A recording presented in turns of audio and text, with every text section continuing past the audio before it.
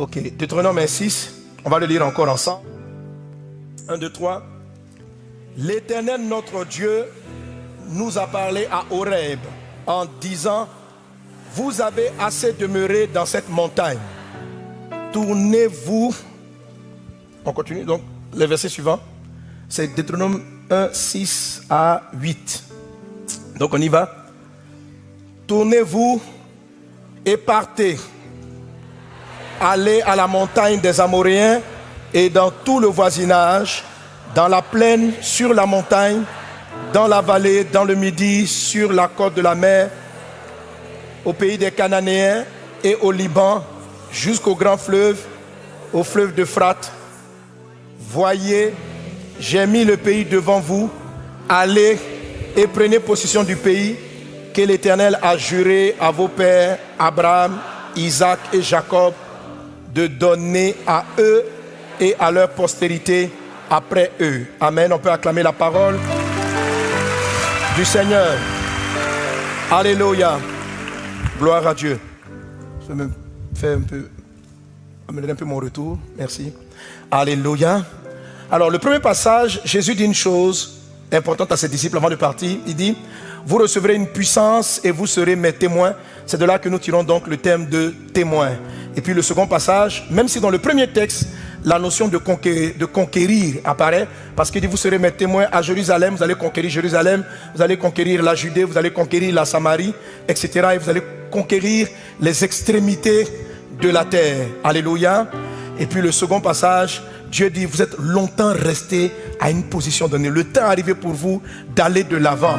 Dis à un voisin: je dois bouger. Je vais de l'avant. Au nom de Jésus. Alléluia.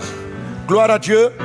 Alors lorsqu'on lit ce passage de vous serez mes témoins, il y a une chose qui m'a attiré particulièrement sur ce thème, sur ce passage. C'est le fait que Jésus ne dise pas à ses disciples: vous êtes mes témoins, mais il dit: vous serez mes témoins. Vous êtes mes témoins. Il ne dit pas: vous êtes mes témoins. Il dit: vous serez mes témoins. Le verbe ici, être conjugué donc au futur, montre que ces personnes-là, malgré qu'elles aient vu Jésus physiquement, parce que lorsqu'on parle de témoin, on parle de quelqu'un qui est la preuve, qui peut attester d'un fait, qui peut attester d'une chose qui s'est réalisée. Les disciples à qui Jésus s'adressait étaient les témoins oculaires de la vie de Jésus. Lorsqu'il s'agit de choisir le 12e apôtre pour remplacer Judas, on a dit: il faut quelqu'un qui a marché avec nous, qui a vécu avec nous, qui a été témoin de sa mort et de sa résurrection. Ces gens-là étaient des témoins déjà. Ils étaient des témoins. Ils étaient des témoins oculaires de la vie de Jésus pendant que Jésus leur parlait. Et Jésus leur dit, il dit: vous n'êtes pas encore. Vous serez mes témoins. Vous serez mes témoins. Pour dire que dans ce passage, Jésus-Christ n'est pas en train de parler du fait qu'il l'ait connu, qu'il l'ait côtoyé, qu'ils aient assisté à sa mort et à sa résurrection, qu'ils aient vu tout cela. Il parlait d'une certaine étape, quelque chose qu'il n'était pas encore. Et je veux déclarer dans le nom de Jésus qu'au sortir de cette conférence, Dieu fait de toi un témoin. Alléluia. Gloire à Dieu. Gloire à Dieu. Amen. Il y a quelque chose à devenir. Tu dois devenir un témoin. Amen, amen, amen. Donc les disciples qui étaient là étaient des témoins oculaires. Un témoin, c'est quoi? On connaît la définition d'un témoin. Un témoin, c'est la preuve qu'un événement, qu'une circonstance, quelque chose s'est produit. Ça, vous le savez déjà, c'est que la preuve que quelque chose s'est passé. Donc on utilise des témoins dans les mariages. Ils viennent attester que deux personnes se sont effectivement mariées. On a des témoins par rapport à des événements, des témoins qui ont vécu, qui ont vu un vol ou quelque chose de ce genre. Mais ce genre de témoin-là, même si c'est une forme de preuve, c'est une forme de preuve et c'est important, ces genres de témoins, les témoins oculaires sont limités. Même si tu étais là physiquement, tu as vécu une situation, tu peux même avoir mal vu même sous un autre angle. Tu vois. La preuve, c'est que vous savez que lorsque Jésus-Christ est ressuscité, les sacrificateurs, les souverains sacrificateurs ont fait dire aux gardes qui étaient devant que le corps de Jésus était enlevé. Le corps de Jésus était enlevé. Donc les disciples pouvaient dire: nous avons vu qu'il est ressuscité. Mais il y avait un débat dans la ville. Les gardes qui étaient à la porte disaient: non, non, non, non, non. Nous étions endormis, ils sont venus nous attacher et ils ont enlevé le corps. Donc le fait d'être témoin oculaire peut être discutable. Certains ont différents angles de vue. Est-ce qu'on est ensemble? Le témoin dont Jésus parle ici, ce n'est pas une affaire de témoins oculaires. Les disciples étaient des témoins oculaires. Dans plusieurs autres passages, on utilise le terme qui sont témoins. Il dit, nous sommes témoins des œuvres que Jésus a faites. Mais ce dont Jésus parle ici, ce n'est pas ce qu'ils ont vécu. C'est quelque chose qu'ils vont devenir. Et je vois que tu rentres dans cette dimension dans le nom de Jésus-Christ de Nazareth. Alléluia. Il dit, vous serez mes témoins. Pour devenir ce type de témoin, il faut recevoir quelque chose. Il dit, vous recevrez une puissance. Et elle va vous transformer en ses témoins. Amen. Donc le témoignage dont Jésus parle ici, ce n'est pas celui qui a vu, mais c'est celui qui est quelque chose, qui est une preuve de la manifestation de la réalité, de la bonté, de la grâce de Dieu. Est-ce qu'on est ensemble? Notre monde manque de témoins. Vous savez, on veut évangéliser le monde avec des personnes, avec des prédicateurs. Ce n'est pas des prédicateurs qui évangélisent le monde. Ce n'est pas des prêcheurs. Ce n'est pas des gens qui disent que Jésus est Seigneur dont le monde a besoin. Non. Ce qui va changer le monde et ce qui va conquérir les nations, ce sont des témoins. C'est-à-dire, pas des personnes seulement qui disent que Dieu est bon, mais des personnes qui sont la preuve. C'est-à-dire, quand tu les vois, tu dis, ah, lui là, quand je vois sa vie, Dieu est bon. Il y a des personnes, quand vous voyez leur vie et ce que Dieu fait au travers d'eux, tu ne peux dire que, waouh. Dieu est réel. Dieu est réel. Dieu est réel. Pourquoi nos nations ne croient plus dans le message de l'Église? Parce qu'on a des gens qui parlent, mais qui ne sont pas la preuve. Nous disons tous les jours, Dieu est grand, c'est le plus grand de tous. L'or et l'argent lui appartiennent. Mais les gens ne voient pas ça. Ce n'est pas réel. C'est juste des paroles. Nous attestons, nous disons, Jésus ressuscite. Mais les gens veulent voir. Jésus guérit les malades. Il faut la preuve. Jésus ne cherche pas des personnes. Il n'a pas dit, vous serez des personnes qui allaient venir dire que je suis bon. On veut la preuve que Dieu est bon. Amen. Nous parlons de l'Éternel des armées, le grand Dieu des dieux, celui qui était, qui est, qui vient, frère. On a compris. Ce que tu as dit, c'est la théorie. Montre-nous. Donc, le monde n'a pas besoin de prêcheurs, mais de témoins. De témoins. Quand on va remplir les hôpitaux avec des chrétiens, des enfants de Dieu, qui ont les cancers comme les païens ont, qui ont les mêmes maladies qu'ils ont, vous pouvez leur dire quoi de Jésus? C'est-à-dire, je ne sais pas, qu'est-ce que... Les mêmes problèmes qu'ils traversent, vous les traversez. Ça pose un problème. Et pour l'expliquer, je t'ai dit, je te parle de Dieu. Mon Dieu est le chemin, il est la vérité, il est la vie. Il y a des chrétiens dépressifs comme les païens qui sont dans la dépression. Il y a des chrétiens oppressés comme les païens. Où est la preuve que ce qui est écrit est réel? Où est la preuve? Où est la preuve? On n'a pas besoin. C'est des gens qui viennent, on lit. Vous savez, je te parle du grand Dieu. Alléluia.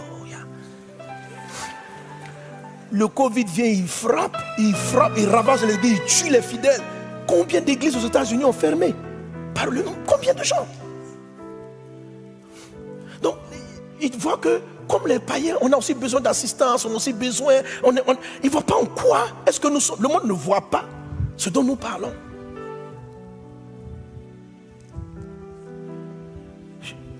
Jésus ne cherche pas des prédicateurs. Ce ne sont pas des prédicateurs qui vont conquérir le monde. Les prédicateurs simples ont fait que les gens ont déserté les églises. Quand vous allez en Occident, vous voyez les grandes églises, elles sont vides. Parce qu'il y a des gens qui lisaient la Bible tout le temps et qui étaient là. Nous parlons de Dieu, il est grand, c'est lui qui a fait le ciel et la terre. Et les gens ont cru dans des choses plus concrètes. Ils ont vu de voir la science qui a fabriqué un avion et ils m'ont dit ça c'est le concret. Mais vous parlez de quoi? Vous êtes malade au même titre que nous. Vous êtes déprimé au même titre que nous. Vous avez nos combats au même titre que nous. Vous subissez au même titre que nous. Nous devons nous inquiéter quand il n'y a plus de témoins. Dieu dit, pour conquérir le monde, vous serez témoins, pas prédicateurs à Jérusalem. Pas des évangélistes. On a besoin d'évangélistes, mais d'évangélistes témoins. Pas d'évangélistes. Le monde n'a pas besoin de quelqu'un qui va dire, je te parle de la Bible, je te parle... Non, non, un témoin, un témoin. Une preuve que ce qui est écrit est réel. Alléluia. Alléluia. C'est pourquoi Jésus leur dit, vous serez des témoins. Parce que quand ils vont dire, Jésus est ressuscité, ils vont dire, qu'est-ce qu'il prouve? De toute façon, Jésus, parce que Jésus aussi, quand il est ressuscité, il a disparu. Il n'a apparu qu'à ses disciples. Il a apparu aux disciples, aux apôtres, depuis il est parti. Donc quand ils viennent s'arrêter devant, il est ressuscité. On dit, mais où il est? lorsqu'il était avec nous, on le voyait physiquement. Il s'est arrêté, il a dit beaucoup de choses. Mais oui, il est parti. Donc, il allait avoir un débat entre la thèse selon laquelle il a été enlevé et la thèse selon laquelle il est ressuscité. Il allait avoir contradiction. La seule preuve pour montrer qu'il était vraiment ressuscité, c'est ce qu'il a montré à Thomas. Mais ça, Jésus-Christ l'a fait que pour les disciples. C'est à eux qu'il a montré cela. Maintenant, eux, ils devaient aller dire ça aux gens. Donc, c'est pourquoi Jésus dit, attention, si vous partez dire avec des théories que je suis revenu à la vie, ce n'est pas suffisant.